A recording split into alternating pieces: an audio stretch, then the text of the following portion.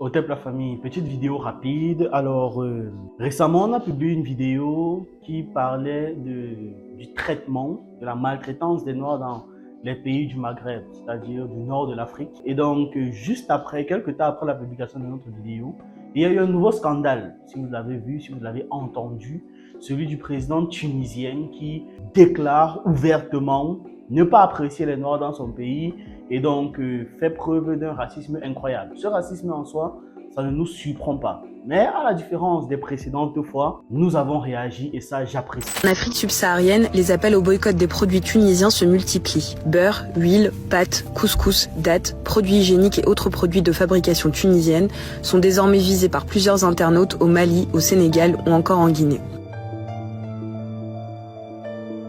La société sénégalaise Sénico SA, partenaire de la société tunisienne Med Oil Company, a été contrainte de justifier l'origine de la margarine Jedid sur ses réseaux sociaux pour échapper à cette vague. Elle soutient que si la marque est tunisienne, la fameuse margarine est produite dans son usine au Sénégal. Ces appels au boycott viennent en réaction aux propos controversés du président Kais Saied sur l'immigration subsaharienne le 21 février et aux agressions anti-migrants dans le pays. Le président du Tunisia Africa Business Council, Eni Jeziri, a rapporté le 5 mars dans un post sur Facebook que des marchandises tunisiennes étaient bloquées dans certains ports africains et que des commandes et même des marchés ont été annulés. Si les pays d'Afrique subsaharienne ne représentent que 3% des exportations tunisiennes, plusieurs analystes s'inquiètent de l'impact de cette crise sur les affaires des Tunisiens dans ces pays, rapporte Jeune Afrique. Déjà, plein de médias, que ce soit en Afrique ou hors de l'Afrique, en ont parlé. Et ensuite, il s'en est suivi tout un mouvement que j'ai beaucoup apprécié qui s'appelle Save Mélanine. Alors, ça consiste simplement à boycotter l'achat de tous les produits maghrébins sur le marché, commençant par les produits tunisiens. Parce que oui, c'est bien beau de dire que 21 000 personnes dans tout un pays est la cause de toute l'instabilité, l'insécurité. Et il a dit encore quoi? De la pauvreté, de la misère d'un pays. C'est très beau de dire tout ça, que 21 000 personnes créent une crise économique. Magnifique, 21 000 immigrés, pour être plus précis. Mais ils ne veulent pas les revers. Donc, ce mouvement Save Mélanine a été lancé par la sœur, il me semble que ça a été lancé par la sœur de la Panthère. Donc, quand c'est pour rejeter la faute de tous leurs problèmes sur nous, ils sont forts. Mais lorsque c'est pour nous payer à des prix dérisoires, pour faire des travaux extrêmement difficiles et extrêmement dangereux, là, non, l'immigration, c'est parfait, c'est magnifique, c'est X, c'est Y. Donc, cette opération-là est en marche, ça continue. Et nous avons décidé d'y participer activement et vous encourager aussi à y participer. Alors, dans ma cuisine, par exemple, j'avais les produits Jadida, j'avais le beurre Jadida. Bon, là, je l'ai acheté il n'y a pas longtemps, avant que ça ne démarre, c'est encore plein. Mais après celui-ci, je n'achèterai plus du Jadida simplement parce que là, j'ai déjà acheté. Donc, l'argent est déjà allé dans leur caisse. J'ai fait un inventaire global de ce que j'ai dans ma cuisine et je me suis rendu compte qu'à part le beurre Jadida, je n'avais rien d'autre. Donc, les produits Jadida, n'achetez plus. Tout que ce soit les huiles, les spaghettis, absolument tous les produits Jadida, ne prenez plus.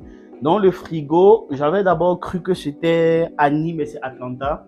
Mais n'achetez plus non plus les produits Annie, les sardines Annie. En plus, c'est pas bon du tout pour la santé. D'après certains faits divers, par exemple le fait que récemment, il y a une famille qui a été tuée en consommant leurs produits. Donc, faites aussi les inventaires chez vous de voir ce que vous avez de leurs choses pour pouvoir arrêter de les consommer. Ne consommez plus leurs produits, n'achetez plus chez eux.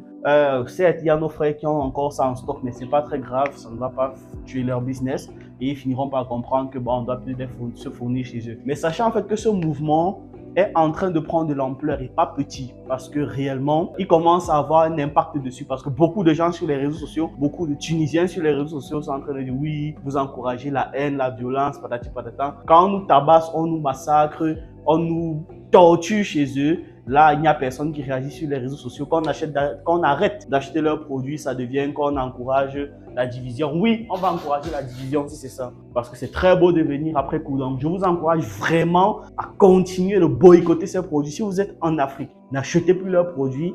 Checkez un inventaire. Peut-être que dans cette vidéo, on va essayer de mettre un inventaire des produits qu'on a trouvés, qu'on trouve sur le marché camerounais. N'achetez plus ça. Si vous êtes en Côte d'Ivoire, que quelqu'un fasse en sorte de faire la liste de leurs produits qui sont vendus là-bas, peu importe le pays dans lequel vous êtes. Pareil, si vous êtes hors d'Afrique, n'achetez plus leurs produits. Ils doivent ressentir en fait la puissance de volonté, c'est-à-dire la volonté de puissance de notre peuple. Alors voilà en fait ce que je voulais passer comme message. Mais aussi, petite note, nous sommes mercredi et en début de semaine, j'ai publié un post qui disait qu'on allait faire un live en fin de semaine, vendredi, à 18h, heure du Cameroun. Voilà, on va faire un live et à la base, je voulais que dans ce live, on parle de Kémy Séba. Mais pendant que j'étais en train d'écrire la vidéo sur la deuxième partie de la vidéo sur le totémisme, sur la science des totems et tout ça là, j'avais fait une partie 1, je vous avais promis une partie 2, donc j'étais en train d'écrire la partie 2. Il m'est venu en tête un thème parce qu'en écrivant la vidéo, je me suis rendu compte que il était vraiment impossible de faire tomber l'Afrique sans une aide non humaine, vous voyez.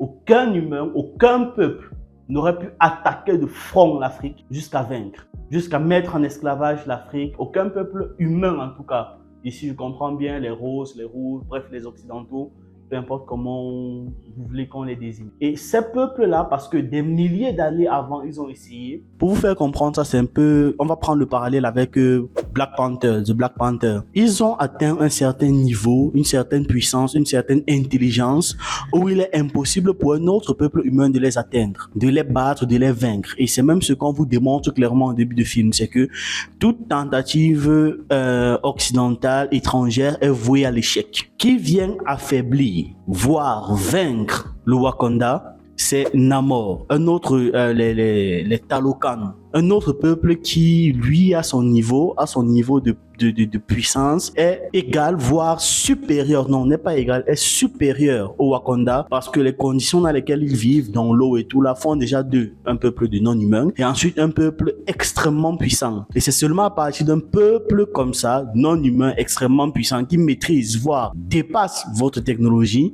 la technologie des gars du Wakanda dans Black Panther, qu'on a pu ébranler à ce niveau le Wakanda. Et c'est la même chose en Afrique. On avait atteint un certain niveau de puissance, de maîtrise, qu'il était impossible pour quelque civilisation que ce soit à travers le monde de nous vaincre. En revanche, si cette civilisation n'est pas de notre monde, et c'est là où je vais arriver, et c'est le développement que je vais avoir dans le live, si jamais c'est ça qui est choisi, pour vous démontrer en fait que justement c'était pas possible. Voilà, soit je parlais de Kémy Séba, soit je parle de ça. Donc j'hésite entre les deux sujets. Le second sujet, il vient un peu de manière inspirée comme ça, bam, d'un coup. Donc je sais pas si c'est ce qu'on verra en live vendredi, ou alors on va juste parler de Kémy Séba, écouter 2-3 trucs qu'il dit et réfléchir un peu sur son approche.